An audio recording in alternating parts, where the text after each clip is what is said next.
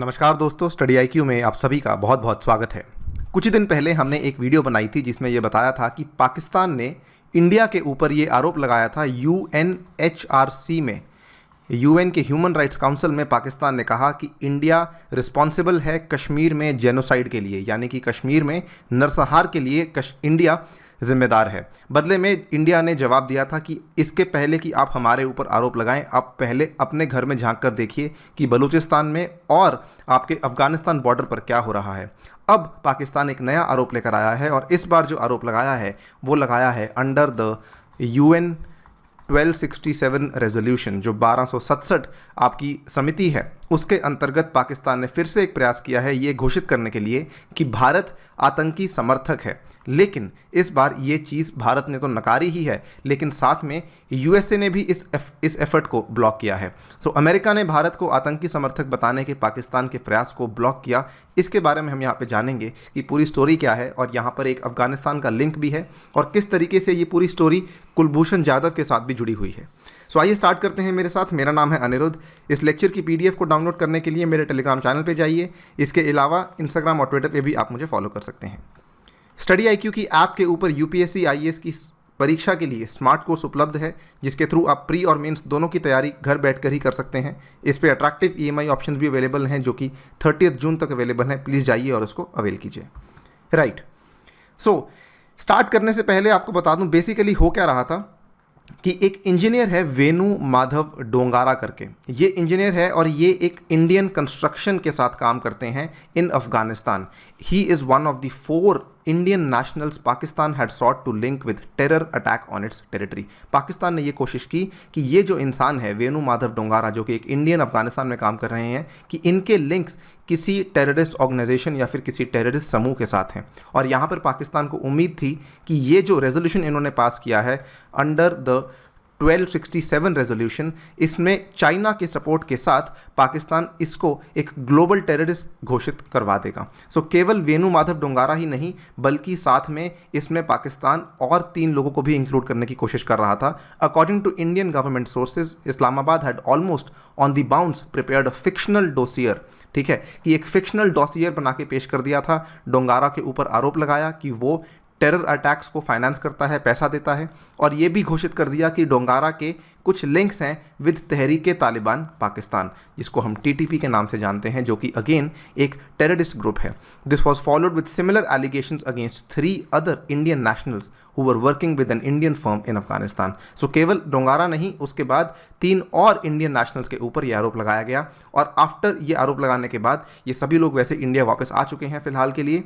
But very very important to note, ये पाकिस्तान आज नहीं कर रहा है। Pakistan has been trying this since the last September. जो डोंगारा के ऊपर एलिगेशंस लगाए जा रहे हैं ये पिछले सितंबर से लगाए जा रहे हैं। The US had in September last year put the proposal on a technical hold. उस टाइम पर अमेरिका ने पाकिस्तान को कहा कि हम इस प्रपोजल को अभी नहीं मान सकते, इसके ऊपर एक टेक्निकल होल्ड लगाया जाएगा जब तक आप प्रॉपर एविडेंस हमारे सामने पेश नहीं करेंगे, सबूत पेश नहीं करेंगे, हम इसको यहाँ पर इस रेजोल्यूशन को एक्सेप्ट नहीं कर सकते। क्योंकि यूएस का यहाँ पे रोल इसलिए आता है बिकॉज यूएस से भी यूएनएससी का परमानेंट मेंबर है।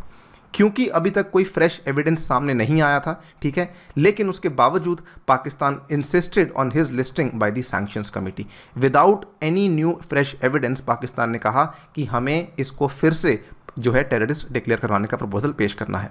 तो अब जब इन्होंने ये कोशिश की तो इनकी रिक्वेस्ट को दोबारा से टर्न डाउन कर दिया गया बाय द यूएस। इस बार यूएसए ने फॉर्मली इन्फॉर्म किया सभी मेंबर्स को of the UNSC that it was officially blocking and दस टर्मिनेटिंग। सिर्फ ब्लॉक ही नहीं कर रहे, टर्मिनेट कर रहे हैं, यानी कि इसको ख़त्म कर रहे हैं। A proposal to proscribe an Indian national by the UNSC 1267 sanctions committee. जो ये यूएनएससी 1267 सैंक्शंस कमेटी है, आपको मालूम होगा काफ़ी इंपॉर्टेंट सैंक्शंस कमेटी मानी जाती है। इसके थ्रू अलकायदा से लेकर तालिबान से लेकर उसामा बिन लादेन के ऊपर तक सैंक्शंस लगाए गए हैं by the UNSC in collective और यूएस इन इंडिविजुअली। ठीक है, और अब अगर इन्होंने ये बोल दिया है कि हम टर्मिनेट करते हैं, कहने का मतलब ये है if Pakistan still chooses to target Dongara it will have to seek a new proposal. तो फिर से उनको एक नया प्रपोजल पेश करना होगा, फिर उस प्रपोजल को एक्सेप्ट करवाना होगा पूरे यूएनएससी के थ्रू। बेसिकली यूएस ने ये कहा है it informs all the members it is blocking and terminating a proposal against the Indian engineer before the 1267 sanctions committee. अब यहाँ तक कि केवल यही नहीं कि यहाँ पर एक इंजीनियर को तो इन्होंने यूज़ किया ही ये बताने के लिए कि भारत आतंकवाद का समर्थन करता है, लेकिन इसके पहले ये कुलभूषण जाधव का भी बहुत इस्तेमाल कर रहे थे, वो भी गलत तरीके से। Pakistan had for years claimed that there was no solid evidence against Azhar and was using Indian national Kulbhushan Jadhav to back its allegations that India was aiding anti-Pakistan terror groups. But since Pakistan was not able to prove anything against Jadhav, Islamabad launched fresh efforts to prove that India also harbored terrorists. तो जाधव को लेकर भी कई सारी बातें चल रही हैं 2016 से स्टार्ट होते होते। इनफैक्ट 2018-19 में जब पाकिस्तान ने डिसाइड किया कि हम जाधव की एग्जीक्यूशन करेंगे, तो इंटरनेशनल कोर्ट ऑफ जस्टिस ने इंटरवीन किया कि आप ऐसा नहीं कर सकते। इनफैक्ट आपको इंडिया को कॉन्सुलर एक्सेस देना होगा टू अप्रोच जाधव, ठीक है। और क्योंकि पाकिस्तान ने यहाँ पे कई सारी कोशिशें की, ये डिक्लेयर भी कर दिया कि ये एक स्पाई हैं, सबवर्सिव एक्टिविटीज़ में काम कर रहे हैं inside Pakistan and was arrested in a counter intelligence operation in Balochistan, इनकी सभी कोशिशें यहाँ पर नाकाम रही। क्योंकि ये चीज़ें नाकाम रही तो ये बहुत बड़ा कारण बना कि पाकिस्तान यहाँ पे कोशिश कर रहा था to give another angle to show कि India is still harbouring terrorism. इसके अलावा एक और बहुत बड़ा रीज़न था जो कि पाकिस्तान यहाँ पे कोशिश कर रहा था, क्योंकि पिछले साल मई 2019 में जब मसूद अज़हर जो कि JEM के लीडर हैं, जब उनको UN ने, संयुक्त राष्ट्र ने जब एक टेररिस्ट घोषित कर दिया गया था, सो पाकिस्तान के लिए ये बहुत ही बड़ा ब्लो था, उसके लिए बहुत बड़ी प्रॉब्लम बन चुकी थी। Pakistan wanted to draw a moral equivalence with India on the issue of cross border terrorism which has been nullified by the United States. So यहाँ पर अगेन US ने इसको, जहाँ जैसे कि आपको मैंने बताया, US ने मना कर दिया है। यहाँ पर वेरी इंपॉर्टेंट टू नोट कि जब ये चीज़ एक्चुअली हुई थी, जब UN का बैन लगा था, उस टाइम पर असल में चाइना ने बहुत कोशिश की थी पाकिस्तान को सपोर्ट करने की, और चाइना ने इस मसूद अज़हर के ऊपर जो टेररिस्ट घोषित करने का जो लगाया गया था ठप्पा, इसमें चाइना ने 4 बार इसको ब्लॉक किया था। China had on 4 occasions earlier blocked the proposed ban on Azhar before finally falling in line with the other UNSC member states in 2019. So Pakistan और चाइना यहाँ पे एक दूसरे के साथ हाथ मिलाकर बैठे थे कि हमें मसूद अज़हर को बचाना है, उसको टेररिस्ट डिक्लेयर नहीं करवाना है, जबकि सारी दुनिया और UNSC जो है इसके फेवर में थी। So anyways, coming back to the main equation, जो इंडिया का रिप्लाई था, इंडिया ने यहाँ पे कहा we do hope Pakistan will learn a lesson from this and not insist on a ban on other Indian nationals it has falsely linked with terrorism, कि जिनको आपने झूठे तरीके से आतंकवाद के साथ जोड़ दिया है। हम यही उम्मीद करते हैं कि पाकिस्तान इससे एक लेसन सीखेगा और आगे से ऐसी चीज़ों के लिए इंसिस्ट नहीं करेगा। Very very important to note, जो कि इस पूरी चीज़ का टेक अवे है वो ये है कि US ने हमारी यहाँ पे हेल्प की थी।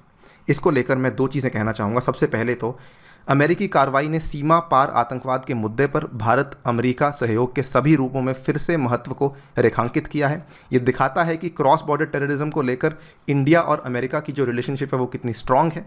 दूसरी चीज़ यही नहीं, जो ज़्यादा इंपॉर्टेंट मैं ये बोलने वाला हूँ, यहाँ ये याद रखना ज़रूरी है कि संयुक्त राष्ट्र द्वारा पिछले साल अज़हर पर प्रतिबंध लगाने के बाद भी अमेरिका द्वारा चीन को अल्टीमेटम दिए जाने के बाद ये संभव हो गया था कि अगर बाद में एक निश्चित तारीख तक आपने विरोध नहीं गिराया तो 1267 समिति को दरकिनार करते हुए सीधे UNSC में यही प्रस्ताव पेश किया जाएगा। जब चाइना बार बार ब्लॉक कर रहा था मसूद अज़हर को टेररिस्ट घोषित करने के लिए, तो अमेरिका ने साफ साफ बोल दिया कि अगर आपने 23 अप्रैल तक कोई स्टैंड अपना सामने पेश नहीं किया तो हम इस रेजोल्यूशन को बाईपास करते हुए, 1267 कमेटी को बाईपास करते हुए इस रेजोल्यूशन को, इस प्रपोजल को डायरेक्टली इंट्रोड्यूस कर देंगे UNSC में। तो ये भी एक थ्रेट था और ये भी एक तरीका था बताने के लिए कि USA supports India and is strictly against Jaish-e-Mohammed. So it shows कि USA यहाँ पर इंडिया का कितने फेवर में है। इसी के साथ आपसे विदा लेना चाहूँगा। Thank you for listening. As always stay tuned and stay